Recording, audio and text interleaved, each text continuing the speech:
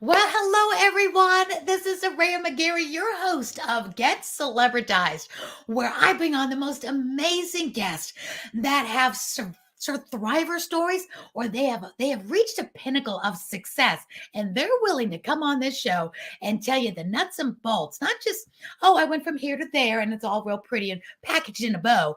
It's more of, this happened to me, this could have derailed me, this is why, this is what went wrong, and this is what went right. This is the details, not just I met somebody and, everything else was peachy keen. It's how all those steps came to fruition. So you all that are listening or watching can earn more money, live a bigger, better life, and give back to your favorite charities and causes because you have that balance in your life of earning more, living more, and giving more. So let me bring on my guest today because she is one of my fellow TEDx speakers. When I spoke on the TEDx stage, there she was. And we became fast friends. And she is none other than Brielle Cotterman. She's a TEDx speaker. She's a domestic violence survivor. Wait till you hear what happened to her. And she's a publicity expert. And guess what? She's a celebrity maker. Go figure, a perfect fit. Come on down, Brielle.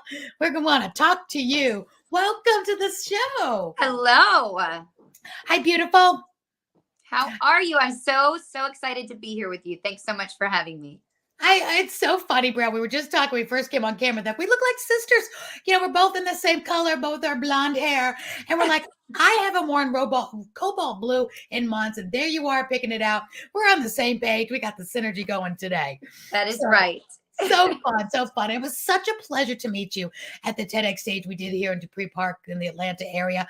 And we just meet somebody, it just sparks fly and there's synergy. You're really not sure why, but you need that person in your life and it's mutual.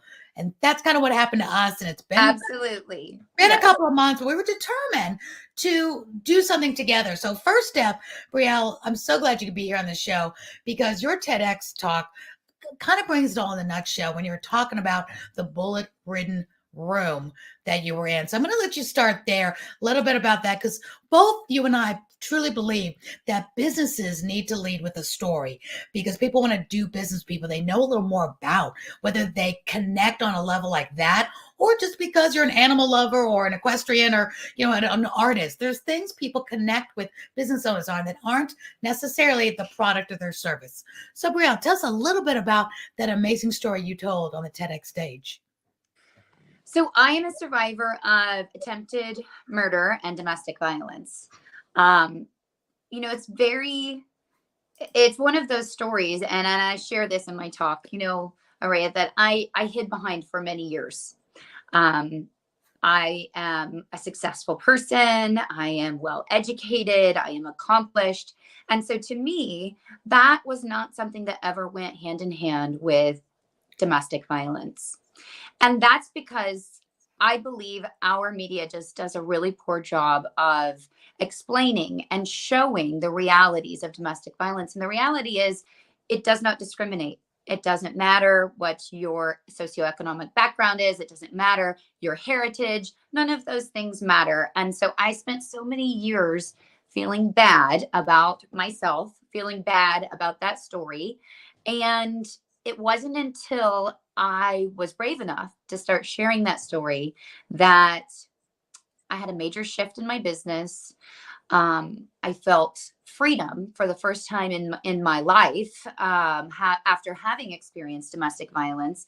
And I really shifted my focus. So I help entrepreneurs with a cause. So not just people who want to be famous walking down the street, but people who want to change the world and make it a better place. And that really caused a massive shift for me. My business quadrupled in size in less than 6 months once I started sharing my story.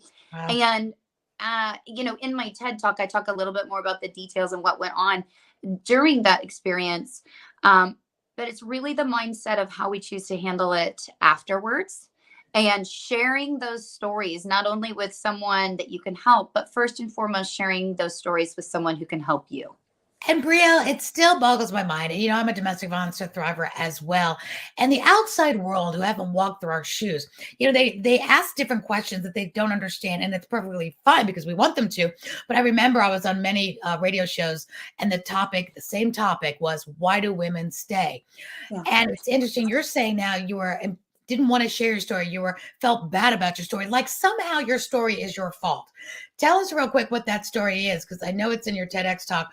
But when I was listening to it, and I thought I've heard it all, it's like, how did you get in that situation you're about to tell us? And then nobody truly understands, except for women like you and I, Brielle, that have been through it. Because there's so many different reasons why women can't get out. It's not that they don't want to.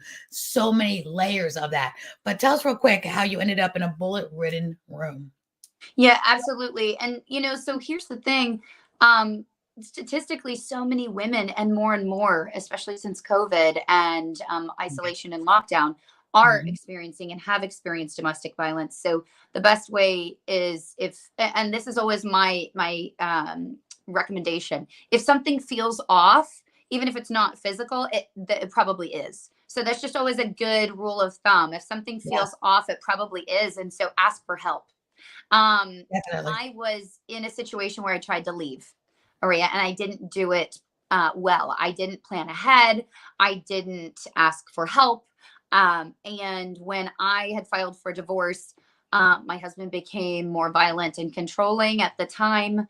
And I was in a position where I nearly lost my life. There was a gun held to my head and the trigger was pulled, and it is simply by the grace of God that I am sitting here today. It was a miraculous misfire. There was no logical reason for that. And I was able to escape through a door that was then riddled with bullet holes. And there, like I said, there was absolutely no logical reason for that gun to have misfired the moment that it was held to my temple. But I thank God every day that I have the opportunity to be here and make a difference and live my life with my children. Wow. And your story, when I was listening to it again this morning, you were saying how you escaped to the room and then it was riddled with bullets, and how many bullets were shot, because he missed you then as well. And then he took his own life. So that must have just, what was going through your mind when these bullets were coming through this room and none of them hit you? Were you No, hiding? I was able to escape out a window, and afterwards, I think that there were a total of 9 bullet holes that went, in the door to that small room, a very small room. Wow. And it's a story that is a part of what I've experienced, but it doesn't define me.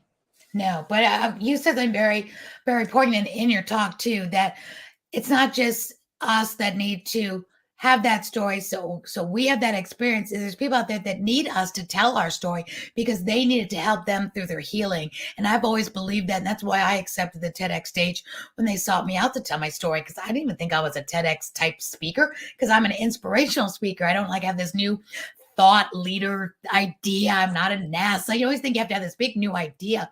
But you and I's story were so similar that there's somebody out there needs to know that we made it through, and so can you. There's somebody out there that needs to know this can make a difference in your business, in your life. And if we save one life, if we give one woman courage to know, gosh, I can get out too, I need to reach out to somebody, then it was worth every minute of us going through it and living through it. Absolutely. And, it's tragic, the number of people who experience abuse. But beyond abuse, there is mental health issues, people losing jobs. There's statistically all of these different things that we think about and we view as stigmas, things that we don't want to claim about ourselves. But the reality is, part of the human experience is challenges. Part of the human experience is dealing with very difficult situations. And so the longer that we pretend like everything is shiny, happy, fancy, and fine on the outside, then the harder it becomes to help other people, because there's no real conversation taking place. We don't have any feel for the realities that different people are facing day to day. And the truth of the matter is, when we do share our stories, what it does is it gives permission, it gives those other people permission to accept their own stories. And it still boggles my mind that for anything that we're feeling, like whether we're going through depression or mental anxiety or stress or domestic violence, that somehow every one of us, like human nature, to feel bad about it, like there's something wrong with us. And it is, I love when you say it's part of the human condition. And in my older age now, as I'm getting older, I'm realizing there isn't anybody out there that doesn't have some stress and some mental anxiety and some, not want to even say quirks, but things they're afraid of, things that bother them, things that get them depressed and may not get somebody else depressed. And it's okay. It's the human condition. We wouldn't be in this world together and be part of humanity because nobody has a picture perfect Instagram feed life. That's all fake. I mean, yes, everybody has good days. You have good days. Your makeup looks good. And you're having fun. But in reality, any moment right after that perfect picture was taken, something could have gone wrong and probably does. We don't want on anybody, but all of us go through it. And we need to be there for each other and say, it's okay. Nothing wrong with being depressed. Nothing wrong with being depressed for many years, not being able to get out of it because there's help out there. And COVID really brought that to the world's attention because you said something like you're more apt to get into a car accident than something. What was that stat? It blew my mind. Which stat? I'm sorry. You're the stat that you said you're more likely to have mental depression or some kind of mental anxiety than you are to get into a car accident. To get the flu. Yeah. So I mean, there's all of these comparisons, Aurea. It's so. Here's the thing. It wasn't until I started sharing my story that all of these people in my world started coming forward and sharing, their own experiences or their own challenges. And so that's why it's so silly that we allow these sorts of stories and to have stigmas. And, that's what I say.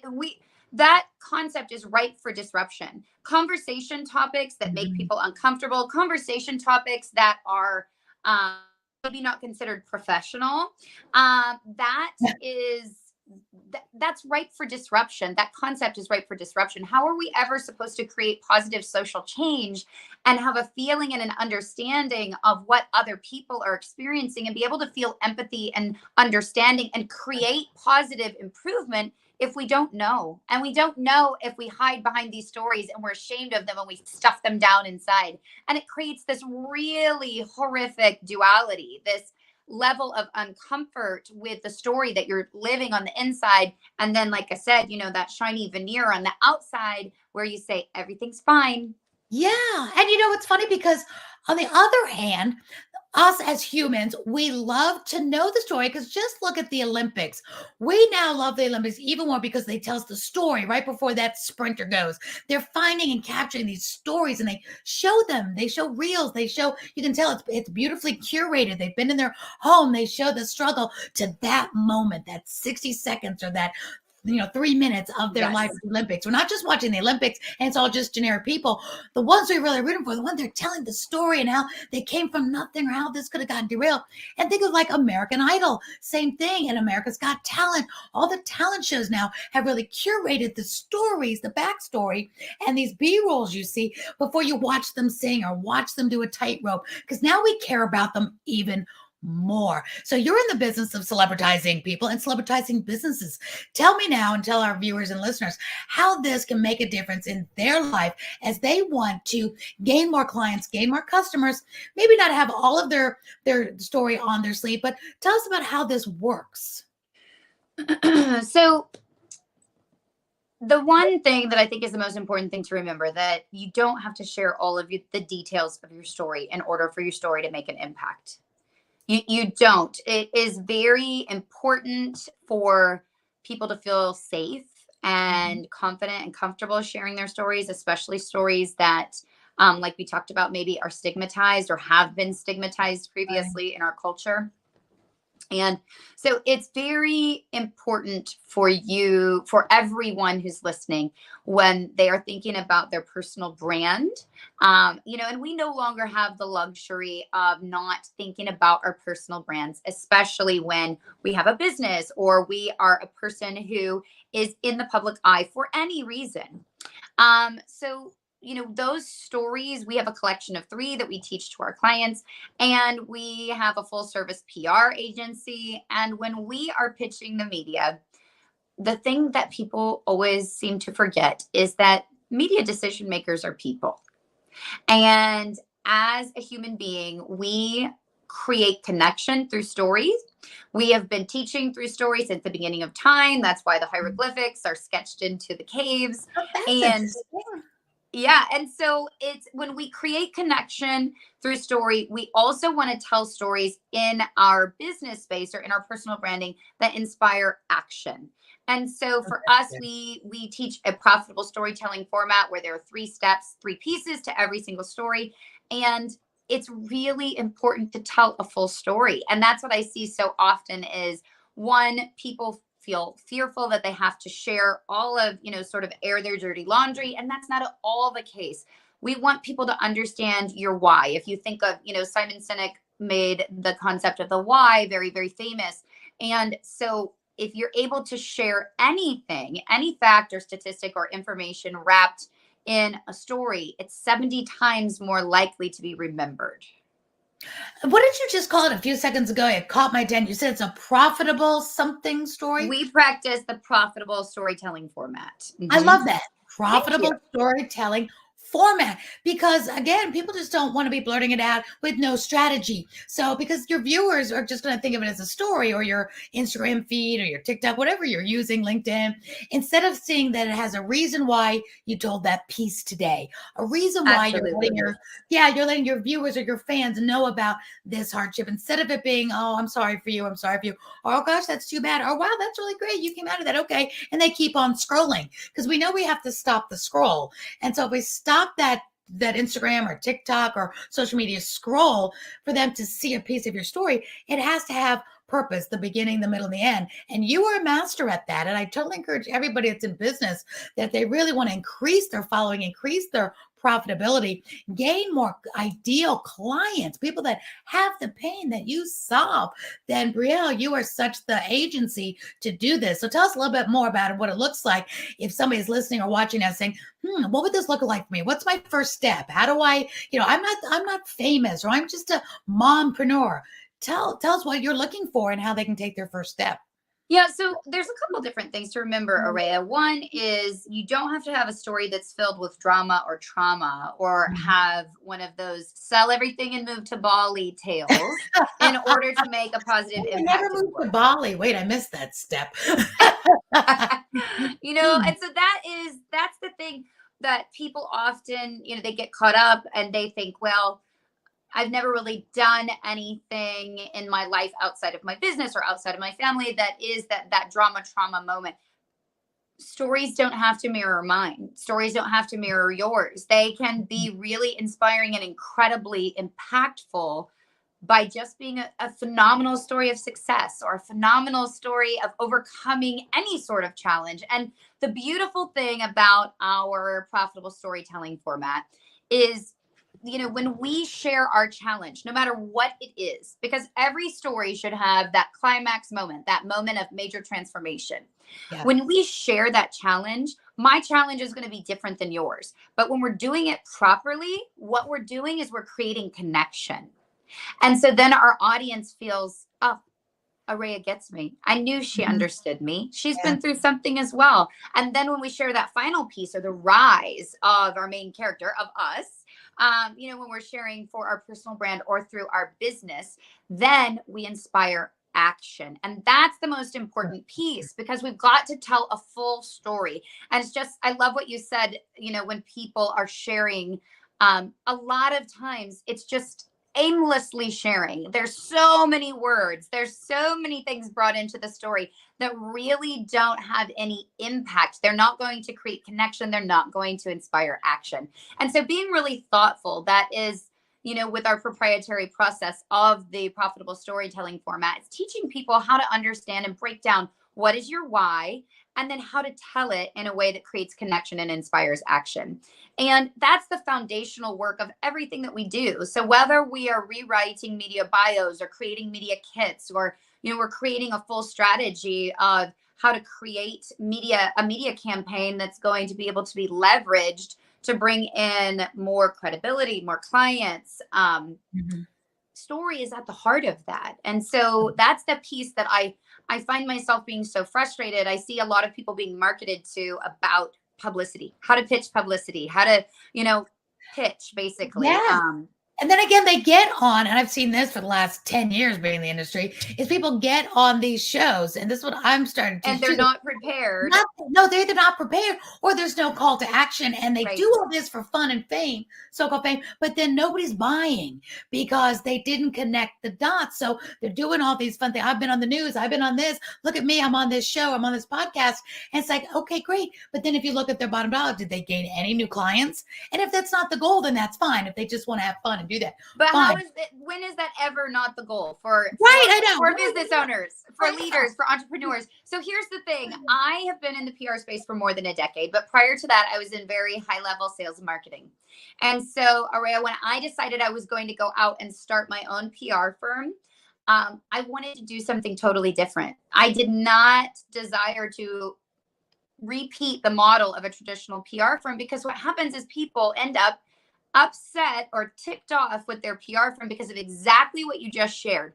We have expectations, and those expectations are either unexpressed or unfulfilled. The expectation being, when I get on television, I'm going to have an influx of clients. When I share my story in Forbes, then I'm going to have an influx of opportunity. And if that doesn't happen, then people end up upset. Well, so here's the thing. A traditional PR firm's job is to literally pitch you for media.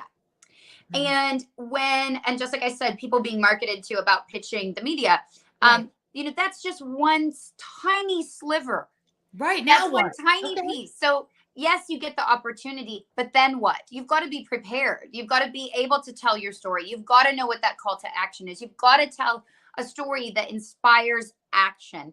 And then once you inspire action, then what? What's that action? How's the client journey look? So we go from start Very to important. finish. You just said, Brielle, the client journey. You've got to have a client journey again, because they could call you. Now what? And if you get an influx, which is your it seems like your job, Brielle, that you're doing so well. And what would you do if 100 new clients came to you today? Is what these business owners need to know. Can you handle them? Can you process them? What is the customer journey? I didn't mean to interrupt, but that is such a vital. No. But so see, that's the thing. And you understand this completely. So our business looks more like a hybrid, a marketing firm, a PR agency, and an executive level finishing school. So it's start to finish. You've got to be ready. You've got to be trained. You've got to know the stories to tell, because it doesn't matter how great of a speaker you are. If you go onto a television segment and your television segment goes from 5 minutes and it gets cut down to 2 minutes because there's breaking news, you've got to be able to think on the fly, and you've got to be able to tell your story in that amount of time in a way that inspires action. So we start with a full audit. We look at everything. We look at start to finish. What does your social media look like? What does your website look like? Where are we directing people? Because what good is it going to do if we get you onto an incredible podcast where it's fully niched and all the people who are listening are your dream clients, if when you're there, you don't have a really easy way for those people to take one step closer to you? Amen. So important. All right. So now I'm going to ask the $1 million question, and you can answer a little or a lot, or give us a piece of it, because a lot of my fans, a lot of people that chime into me and my clients are women in business. My passion's always been women, and I just seem to attract them. So it seems to be my base. And also, and that is mompreneurs. Now, unfortunately, the stigmatism is a mompreneur isn't a boss woman CEO of a 6-figure business, and they're really good. I just call them mompreneurs because we're battling being a mom and being an entrepreneur and CEO. So we get each other. We know what it's like to be working, and if the school calls and our child needs us, we're dropping what we need. Or the thousands of emails that we get from the school on top of the work emails. Yeah. But it doesn't mean we can't be 6, 7, and 8 and 9-figure income earners, CEO, boss babes that we are. So here's my question now. They're listening and saying, this sounds great. what does it look like? Because this sounds like also they might be thinking, all right, well, this sounds great for big companies and big businesses that can afford this. Is this affordable for an entrepreneur CEO that maybe just be making maybe six figures or wants to get to the six figures? Maybe they're close, they're already established, but they're missing some pieces, but they have a budget to invest in this. They're ready for it, but they totally need your finishing school and they need the press. What kind of, what's their first step? And is this, I don't want to say affordable because that's a relative question. Affordable to one is not affordable to another. So talk to us a little bit about the price and how this journey would work to connect with you. Yeah. So I love that you asked this question because here's the thing. PR, when I was growing up, publicity was so different. It was like you said, it was reserved for those Coca-Colas and Nike and, you know, those sorts of big, massive brands. And that's no longer the case. And I think that that is one of the pieces that people get wrong. They get confused about. They see publicity as something I achieve once I've reached this level. And what I'm asking people to do is think about this differently. Publicity, earned media, earned press is the gold star when it comes to credibility. So think of media and press as this incredibly powerful marketing tool that allows you to have third-party verification. And it gives you that credibility and authority, and it allows you to leverage that to create that level of success that you're hoping to get to. So for, you know, I myself am a mom. I have a 2-year-old, a 10-year-old, and a 15-year-old. And, you know, and the story that we told earlier, you know, that was something that happened more than 10 years ago in my life. And so I'm very happily remarried for the last 3 years to the love of my life. Congratulations. You deserve it. Thank you. And I understand fully what it's like as a mom, a wife or a significant other, and an entrepreneur, and all the other titles and hats that we wear, and all the different ways that we're pulled in a million different directions. And one of the things that I love about the work that we do is we help people we help men and women, but we do work primarily with women, and we help people who are experts to become that household name, to become the niche expert, the go-to person in that space.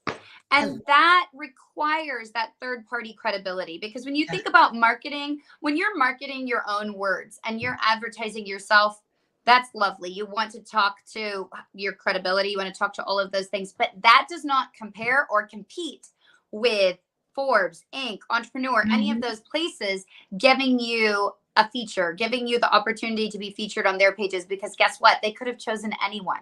And as far as a cost perspective, I do want to share this. There's 2 really awesome statistics about our work that we do. One, we have an incredible post-publicity strategy. So what do you do in order to give your media life long after it goes live? To use it as that tool, to use it, and use it as an SEO tool, as a marketing tool, all of these different pieces, a reason for your prospects to say yes. And so we've got this really phenomenal statistic where our post-publicity strategy creates an uptick in booked sales calls around 20%. Nice. That's pretty awesome. And then the other piece is we have multiple clients who have utilized our media, our positioning, and updated our, you know, based on our strategic recommendations, their personal branding and positioning. And they've been able to pay for our services based on one month's worth of publicity for their entire contract. Because it's really vital. You can sit there and say how fabulous you are and the work that you are doing is all day long. But when, like I said, when that third party says it, it's a whole different ball game. And one of the other pieces too about our expense, you know, a lot of big PR firms on the East Coast and the West Coast are 25, 50 and up to 650. Did I lose you? Yeah, I lost you. We'll backtrack. That's okay. Okay. So you were talking about 50 and 60. Go ahead. Yeah. So a lot of these massive PR firms, you know, on the coast are 50, 60, 100K a month retainers, you know, all of these massive numbers. And what the part of the reason why I created this agency is because I have seen too many women and too many incredible people be passed over for opportunities that they deserve simply because they couldn't afford that big retainer. We do not have a commercial building. We have a location in Nashville. We have a location in Kentucky. That's our home base. We live on a horse farm here. And here's the thing. We have been remote long before COVID. And so we don't have that commercial building fee. You know, a lot of big agencies have the big fancy buildings and everything. They're beautiful and amazing. But my heart lies in giving women and men who deserve the opportunity, and all people who deserve the opportunity to step onto the world stage, that chance. And that doesn't mean charging $50,000 a month for massive retainers. So you're saying it's affordable for the entrepreneur to call you to take the first step. Yeah. And we have different programs. You know, we have one-on-one clients. And of course, that's a higher tier where those are our clients that we're working with on an ongoing basis. A lot of those contracts are a year long, especially if we're launching a book or, you know, doing any of those, launching a program.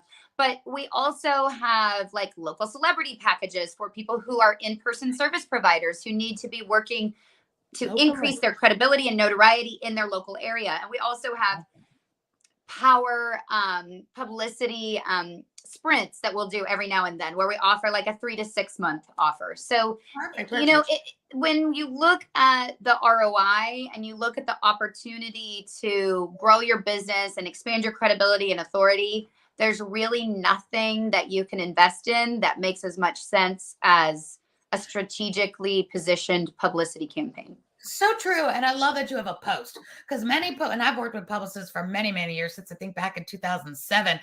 And I've seen the good, the bad, the ugly. I've seen the cost. I've seen the no results, and I've seen results. I did have one many years ago that gave me results.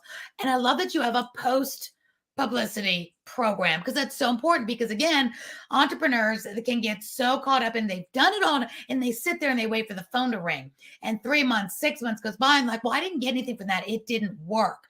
And then that's your reputation on stand there, because not that it didn't work, but people would be out there saying that, oh, publicity didn't work for me, or this agency didn't work for me, because there was no post-production, no follow-up. Again, your customer journey includes the post. And I think that's brilliant, because that is so impeccably important to the rave reviews, to people being happy, to delivering what at least you told them their expectation could be, which I know publicists can't guarantee forms or anything, but you can guarantee after you look at them, this is where I see your journey going. This is what I see we could do for you. And we guarantee you this post work for you to get the most out of it. So for sure, there's nothing that breaks my heart anymore than when I see somebody who gets a media opportunity and the first thing they do is just slap the link into their social media. Because guess what? People may like that post, but they're not going to take the time to actually go there and read the article or watch the podcast interview or watch the television interview. And what we want to do is we really want to help warm people up for the message that you're sharing. We want to keep them engaged. We want to give them a reason to click in there and watch that interview and fall even more in love with you. And it's just a really easy reason for them to say yes. You know, and what you were talking about before about the third party credibility, you know, my clients, I teach them all the time, you know, to get celebritized. And it does matter that you have, whether it's a PhD, a master's degree, an award, your best-selling realtor in your city. These things matter. Why do people put these on commercials? Why do you see the stamp of, we have a county here, it's called the Best of Forsyth. And if you win that, it's all over their doors, at the cleaners, at the print shop, at the restaurants, best of. Why do we put, you know, the health department, what the rating is, the A, the B, the C? Because those little things matter when you're making a buying decision, that as a business owner you may, oh, it doesn't matter. It does matter if you have a B at the health department rating in your restaurant and your neighbor over here that sells food or whatever gets an A+. That matters, because I'm hungry. I could do either way. You got a B. I'm not really sure what's going on in there. This one's got an A. So it's so important to get credentials, credibility, awards. You know, just like so many people now, Brielle, want the TEDx stage. It matters when you're going to do something. Wow, this one got accepted into a TEDx stage. That means somebody's already done their due diligence. Now, I don't have to be so diligent, because if they made the TEDx stage, they've been through some rigorous, you know, background checks and balances to be there. That's exactly what I think business owners need, whether it's not doesn't have to be TEDx, but Forbes, American Express magazines, entrepreneur magazines, anything. And you even mentioned local news. Local morning TV is one of my favorites. It can do wonders for you locally, which is so important. So it does matter when somebody says stamp of approval. Absolutely. Even for the Yes. nonprofits that I support. When the nonprofits fundraiser or feeding the homeless is in the news, people see that. Oh, CBS was out there, ABC, NBC. That means that they looked at that and they thought it high enough to go cover that story. They have a million stories they could cover, but they chose that one. So as we close up, Brielle, I want you to have a moment to say, if somebody's listening, I know so many people will. This is my demographics. My audience will be listening to this, and I will be repurposing this because it's so important to become the go-to celebrity in your industry, to create credibility, visibility, and profitability. That is my motto. You've got the same one, and you do it in spades. We're such a great power team right now. It's incredible. So what's the first step? What do they need to do besides call me and say, Rhea, how do we get a hold of Brielle? Tell them how they can directly get a hold of you, what their first step should be before we close out. So I am everywhere as Brielle Cotterman. It's briellecotterman.com. I think that's shown here on the screen. I'm Brielle Cotterman on Instagram. We've got a really incredible program that we offer a few times a year, complimentary trainings. If anybody's interested in that, they just go to my Instagram and DM me, media. That's the only word it needs to be in there, just that one word, and we'll make sure everything gets taken care of. And Brielle, can they mention the Get Celebritized podcast for anything special from you? You know what? We do a few times each year. We do a drawing for a complimentary media bio makeover. So if they do mention the Get Celebritized podcast, I would love to enter them into that drawing. Oh, that's wonderful. Put them in a couple extra times. Yeah. A little extra proof there. I love that. But in case you're listening, this is a podcast. Brielle Cotterman is Brielle. Cotterman is Cotterman. It'll be in the notes. Can't miss it. Brielle, give the viewers and the listeners one last piece of advice. They're an entrepreneur and they're trying to gain their ideal clients. What is one thing they could do today on their own to be just a little bit more visible and get just a little bit more credibility today? So thinking about your why. People don't buy products. They don't buy those things. They buy from other people. People care about your why. They care about why you're doing it. They care about your story. And so thinking about your why and being sure to figure out what is the story that conveys who I am and what I stand for. Perfect, Brielle. And I hope everybody that really wants to gain some more notoriety will reach out to you because I love your profit. What was it called again? Your profit strategy? Our profitable storytelling format. Profitable storytelling format. I mean, that's the quote of the day. I hope you all so enjoyed my dear friend Brielle Cotterman with her agency, with her storytelling. Look her up on TEDx. We both have a TEDx. We're at the same event. It was so much fun. We will inspire you because we know our stories were meant to be told to inspire, to give hope. And that's what we're doing here today as well for you in your businesses to go out there, be brave, tell your story. Brielle, you're so brave. Thank you so much for being here today. It will not be the last time. We're going to do some things together for sure. That's right. Oh my gosh. Thanks so much for having me, my friend. Thank you for being here. I hope you all listen up, share this one. This one is so priceless for everybody to get some hope and get some more notoriety out there so you can become the go-to celebrity in your niche. What are you waiting for? We're here to help you. So I hope you enjoyed this show and Get Celebritized. I'm Aurea, over and out for this time. Until next time, have a blessed day or evening wherever you are at this moment. Bye for now. Bye, Brielle. Thank you. Bye-bye.